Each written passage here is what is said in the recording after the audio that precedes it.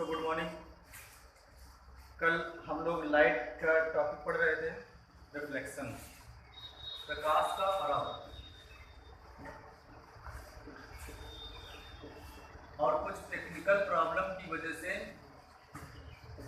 थोड़ा जो वीडियो था वो स्टॉप हो गया। इस वजह से कंटिन्यू आगे करते हैं, और जितना बताते जा रहे हैं वो डेफिनेशन हम लिखाते जाएंगे, तुम लोग पॉज करके उसे लिखते रहना। तो देखो, तो हमने बताया था क्या, प्रकाश का परावर्तन किसे कहते हैं। जब प्रकाश किसी चिकनी सतह से, ये डेफिनेशन लिखना है, जब प्रकाश किसी चिकनी सतह पर आपतित होता है तो वह उसी माध्यम में वापस लौट जाता है। प्रकाश की इस घटना को ही प्रकाश का क्या कहते हैं, परावर्तन कहते हैं। और देखो, हमने बताया जब प्रकाश किसी चिकनी सतह पर आपतित होता है वह टकराकर वापस उसी माध्यम में वापस लौट जाता है। प्रकाश की इस घटना को प्रकाश का परावर्तन कहते हैं। अब देखो, थोड़ा कुछ नोट करके बेटा तुम लोग समझ लेना क्या होता है ये। देखो, जितनी किरणें ये हमारे चिकनी सतह पर आती हैं, इन किरणों को आपतित किरण कहते हैं, इंसिडेंट रेस। और जितनी किरणें टकरा कर वापस जाती हैं इन्हें परावर्तित किरण कहते हैं, रिफ्लेक्टेड रेस। और सतह के लंबवत एक अभिलंब खींचते हैं। याद रखना, जो अभिलंब होता है नॉर्मल एन डैश, ये हमेशा सतह के कैसा होता है, परपेंडिकुलर होता है, लंबवत होता है। और देखो, अभिलंब तथा आपतित किरण के बीच बना कोण क्या कहलाता है, आपतन कोण कहलाता है, एंगल ऑफ इंसिडेंस। और परावर्तित किरण तथा अभिलंब के बीच बना कोण क्या कहलाता है, परावर्तन कोण कहलाता है, एंगल ऑफ रिफ्लेक्शन। तो देखो, ये हमने पढ़ लिया, आपतन कोण क्या है भाई, परावर्तन कोण क्या है, ये बता दिया। ठीक है, आगे चलते हैं। अब परावर्तन के नियम बताना है, लॉज ऑफ रिफ्लेक्शन। देखो क्या होता है बेटा, परावर्तन के नियम। देखो, परावर्तन के नियम कितने होते हैं, परावर्तन के नियम दो होते हैं।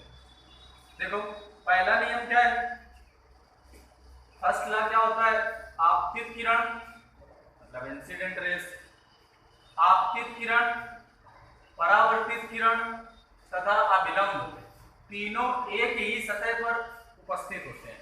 ये पहला हो गया।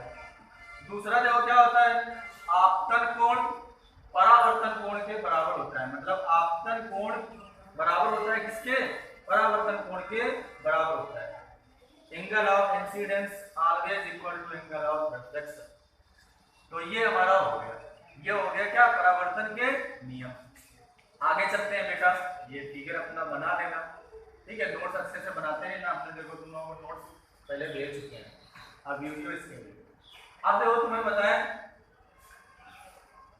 प्रतिबिंब की बात करते हैं। प्रतिबिंब क्या है, इमेज। जैसे जैसे तुम लोग नहाने के बाद दर्पण में खड़े होते हो बाल खींचने के लिए, तो जो साथ में और खींच रहा होता है दर्पण में, वही तो प्रतिबिंब होता है। लेकिन अब लिखेंगे कैसे, तो वो हम लोग समझते हैं कि व्हाट इज इमेज। देखो, इमेज क्या होता है, किसी बिंदु से, मान लो कोई पॉइंट है, किसी बिंदु से चलने वाली किरणें दर्पण से परावर्तन के पश्चात जिस बिंदु पर क्या मिलती हैं, जिस बिंदु पर मिलती हैं, इस बिंदु को पहले बिंदु का क्या कहते हैं, प्रतिबिंब कहते हैं। प्रतिबिंब दो प्रकार के होते हैं, लिखते रहिए ना तुम लोगों को।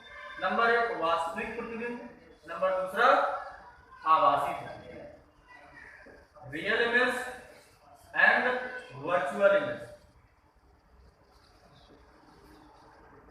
तो देखो, बात करें तो रियल इमेज होता है, एक वास्तविक प्रतिबिंब होता है, किसे कहते हैं, किसी बिंदु से चलने वाली किरणें दर्पण से परावर्तन के पश्चात किसी दूसरे बिंदु पर वास्तव में मिलती हैं। यदि वास्तव में मिलती हैं तो उस बिंदु पर बना प्रतिबिंब पहले बिंदु का क्या होता है, वास्तविक प्रतिबिंब होता है। अगर आभासी प्रतिबिंब है, और अगर दूसरे बिंदु बताओगे, किसी बिंदु से चलने वाली किरणें दर्पण से परावर्तन के पश्चात किसी दूसरे बिंदु पर मिलती हुई प्रतीत होती हैं, जब प्रतीत शब्द आ जाए, एपियर शब्द आ जाए, इसमें एक्चुअली शब्द आएगा, ठीक है। जब वास्तव में मिलती हुई प्रतीत होती हैं, उस बिंदु पर बना प्रतिबिंब पहले बिंदु का क्या होता है, आभासी प्रतिबिंब। ये हमारा हो गया क्या, वास्तविक प्रतिबिंब और आभासी प्रतिबिंब की डिफिनेशन। अब आगे हम लोग चलते हैं। अब दर्पण, देखो परावर्तन किसमें हुआ करता है, दर्पण में होता है। तो अब बात करते हैं काहे की, दर्पण की। देखो बेटा दर्पण क्या है, अगर बात किया जाए बेटा मिरर क्या होता है, व्हाट इज मिरर, तो देखो दर्पण क्या है, बताओ कि जब किसी कांच में या ग्लास में, जब किसी कांच के किसी एक सतह पर क्या कर दिया जाए, पॉलिश कर दिया जाए, पॉलिश रेड ऑक्साइड का, मरकरी का, चांदी का, किसी का भी पॉलिश कर दिया जाए, और दूसरा सतह परावर्तक सतह हो, तो उसे क्या कहते हैं, मिरर कहते हैं, दर्पण कहते हैं। तो दर्पण की परिभाषा समझ में, जब किसी ग्लास के एक सतह पर पॉलिश कर दिया जाए और दूसरा सतह क्या हो, परावर्तक सतह हो, तो उसे क्या कहते हैं, दर्पण। आगे बात करते हैं बेटा, दर्पण कितने प्रकार के होते हैं, तो दर्पण हमारे दो प्रकार के होते हैं। नंबर एक समतल दर्पण, प्लेन मिरर। नंबर दूसरा कैसा दर्पण, गोली दर्पण।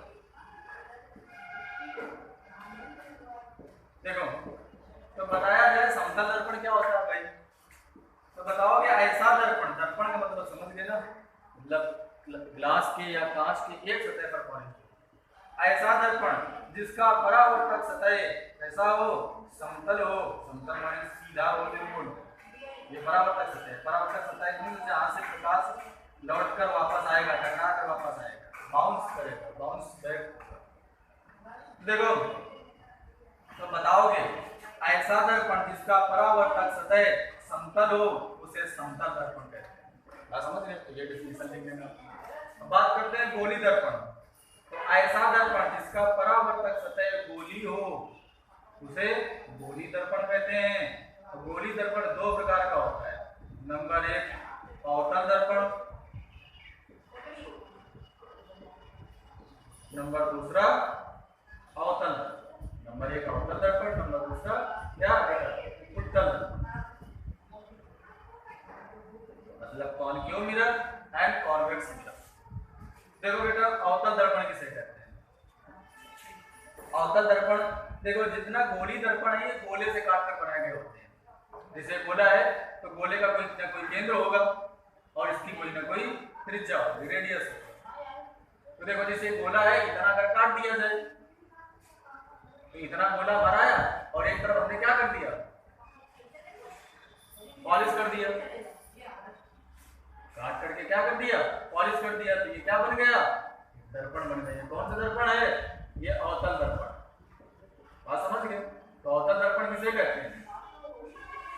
देखो यदि परावर्तक सतह दबा हुआ हो, दबा हुआ का मतलब है कि इस तरीके दबे हुए तल से प्रकाश का परावर्तन और जो उठा हुआ सतह है उसमें पॉलिश हो, इस प्रकार के दर्पण को अवतल दर्पण कहते हैं। ठीक है, तो क्या बताओगे, यदि परावर्तक सतह दबे हुए तल से हो, इनवर्स,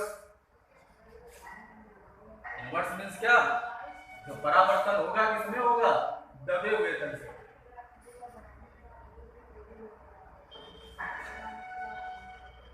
आगे बात करते हैं, तो ये फिगर बना लेना अपना। उत्तल दर्पण किसे कहते हैं, यदि परावर्तक सतह किससे हो, उठे हुए तल से हो, पॉलिश होगी, पॉलिश हमेशा इसी साइड करते हैं, M1 M2 हो जाएगा। ठीक है, ये हमारा क्या हो जाएगा, सेंटर, इसे सेंटर ऑफ कर्वेचर, वक्रता त्रिज्या। ये R हो जाएगा, इसे क्या कहते हैं, रेडियस ऑफ कर्वेचर, मतलब वक्रता त्रिज्या ये, और ये क्या, वक्रता, सेंटर ऑफ कर्वेचर मींस क्या, वक्रता की। तो देखो तो परिभाषा समझ गए, यदि परावर्तक सतह उठे हुए तल से हो उसे क्या कहते हैं, अवतल दर्पण कहते हैं। If reflected surface in outwards is called convex mirror. Concave mirror क्या होगा, if reflected surface inwards is called contour mirror. इसमें आउटवर्ड होगा, if reflected surface outwards is called convex mirror. तो ये हो गया हमारा क्या, उत्तल दर्पण और क्या अवतल दर्पण। तो बेटा आप लोगों ने ये पढ़ लिया भाई उत्तल दर्पण क्या होता है, अवतल दर्पण क्या होता है, दर्पण विषय पढ़ लिया, ठीक है, इमेज भी पढ़ लिया। तो ये तुम लोग नोट्स भी करना है और लर्न भी करते रहना है, क्योंकि जैसे चैप्टर खत्म होगा फिर तुम लोगों का टेस्ट होगा, ठीक है। आगे इसके आगे तुम्हें क्या मिलेगा, अब दर्पण से संबंधित कुछ परिभाषाएं पढ़ेंगे, जो कुछ हमारे इंपॉर्टेंट डिफिनीशन है तो वो हम लोगों को पढ़ना है। तो दर्पणों से संबंधित क्या जो परिभाषाएं हैं अब हम लोग ये पढ़ेंगे। तो अगर परिभाषाएं देखो आप लोगों को पढ़ना है, तो फिलहाल अभी जितना बता दिया है ये तुम लोग राइट करते जाओगे, फेयर बनाते जाओगे, उसे याद करते रहोगे, जैसे चैप्टर खत्म होगा तुरंत उसका टेस्ट होगा, ठीक है। तो परिभाषाएं अक्सर हमारे दूसरे आ चुके हैं, अब वो पढ़ाएंगे तुम लोगों को, इस वजह से आप जो डिफिनीशन है वो हमको मैं कल बताएंगे, ओके।